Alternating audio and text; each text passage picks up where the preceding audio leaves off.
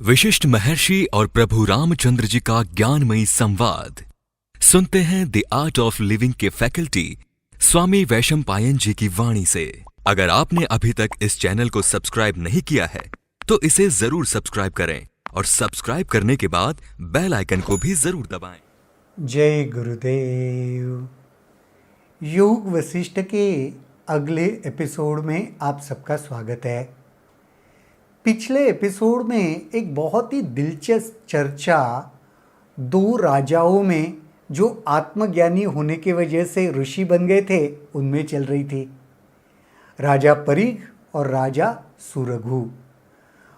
उसी चर्चा को आगे देखते हैं। परीघ ने पूछा, हे राजन, जो समस्थिति प्राप्त कर लेता है उसके कर्म हर्ष के जनक होते हैं, परंतु अन्यों के नहीं। क्या आप शांति की उस अवस्था में स्थित है जिसमें मन में न विचार उत्पन्न होते हैं न धारणाएं? क्या इसी को समाधि कहते हैं? उन्होंने क्या प्रश्न पूछा है? जो समस्थिति प्राप्त कर लेता है, जिसके भीतर स्थित प्रज्ञता आ जाती है, सारे चीजों को एक ही दृष्टि से देख पाता है, उसके कर्म हर्ष देते हैं। जिसने समदृष्टि प्राप्त कर ली वो कुछ भी कर्म करता है उसमें उसे आनंद मिलता है, ये उन्होंने कहा। तो वो पूछ रहे, क्या आपने उस शांति की, उस स्थिति की अवस्था को प्राप्त कर लिया है क्या, जिसमें न विचार उत्पन्न होते हैं न धारणाएं उत्पन्न होती है? सुरघु ने उत्तर दिया, हे पवित्र आत्मा, कृपया बताए कि मात्र विचारों और धारणाओं से रहित स्थिति को ही क्यों हम समाधि कहते हैं? ये एक कॉमन थॉट है ना। समाधि का मतलब क्या?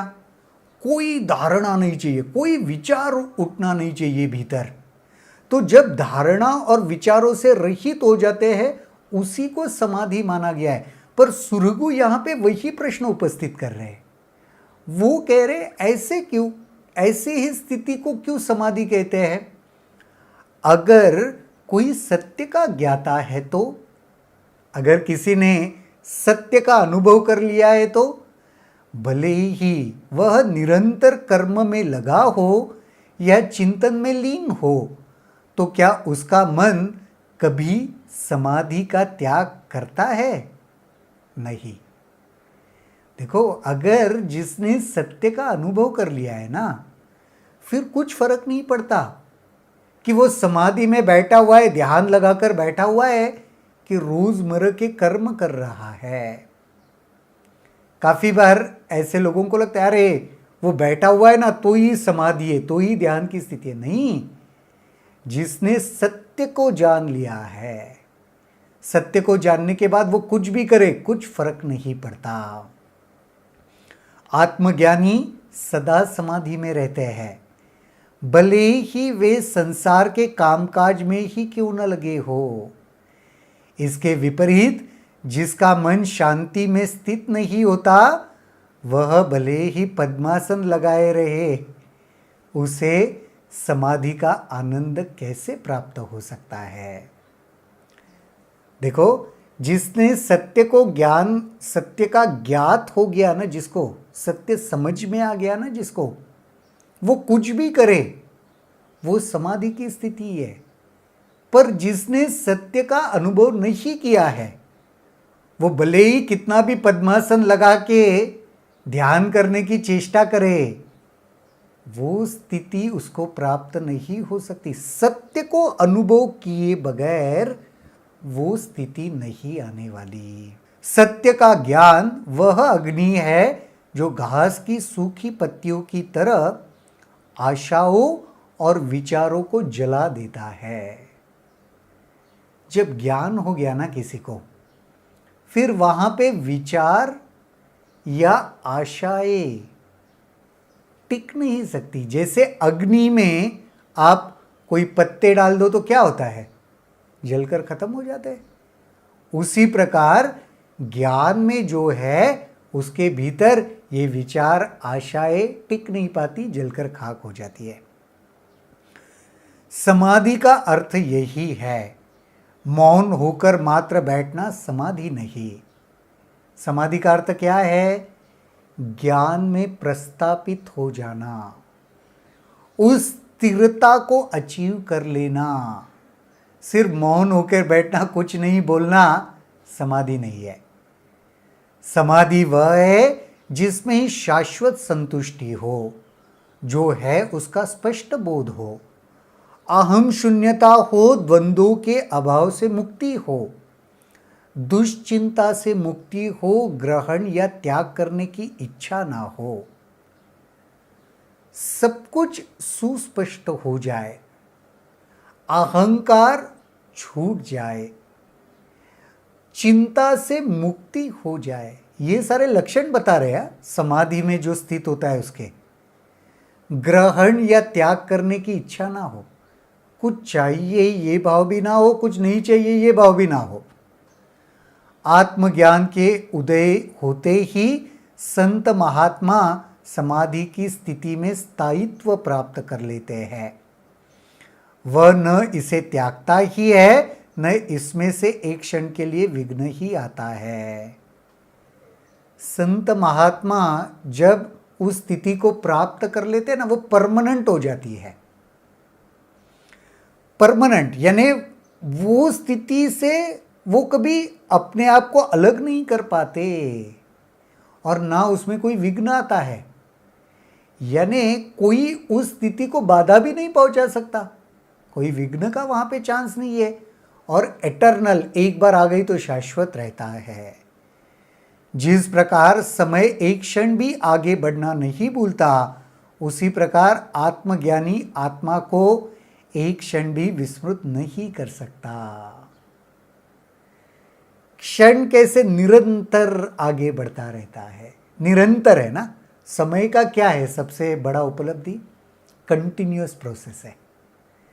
उसी प्रकार एक जो संत है ना, जिसको आत्मज्ञान प्राप्त हो गया, फिर वो जो स्थिति है, वो आत्मा के साथ की संलग्नता है ना, वो निरंतर होती है। अतः मैं सदा अपने में जागृत, शुद्ध तथा शांत रहता हूं और मैं समाधि में रहता हूं।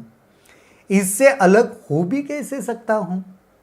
आत्मा के अतिरिक्त और कुछ हो भी कैसे सकता है? हर दृष्टि से और हर समय जब आत्मा ही सब कुछ है, तो समाधि की स्थिति भिन्न कैसे हो सकती है और किसे समाधि भी कहा जाए?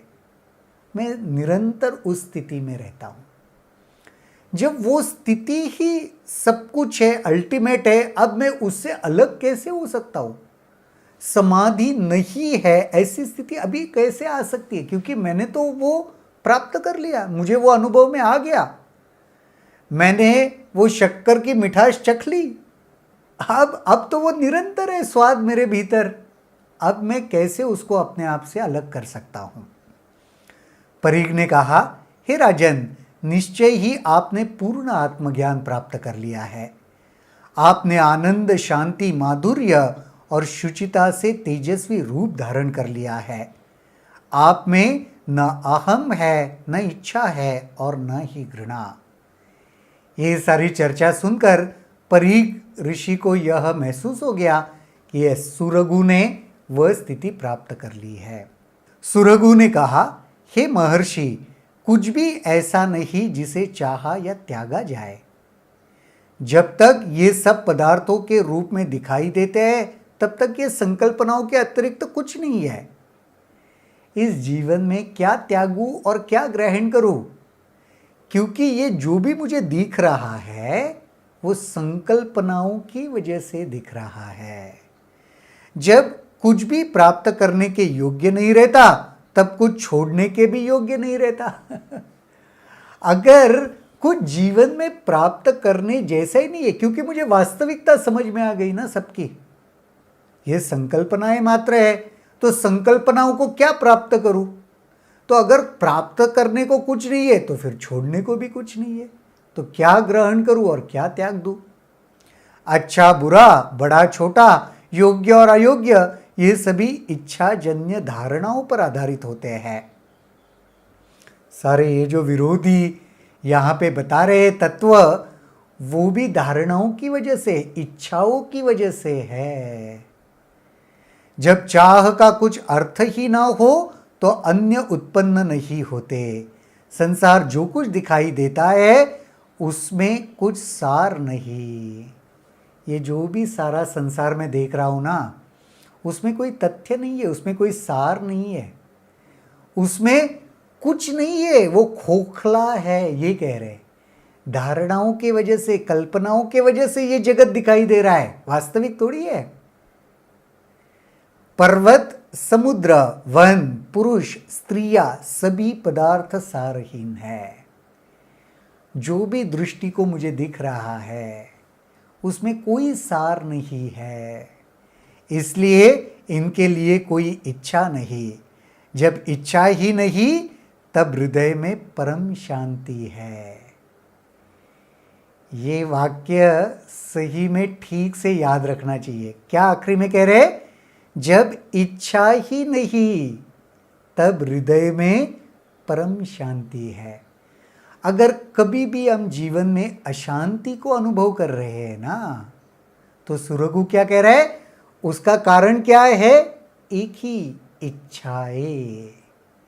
तो मेरे भीतर कोई इच्छा ही नहीं है तो अशांति भी नहीं है। शांति की स्थिति, वो परम स्थिति को मैं प्राप्त कर चुका हूं।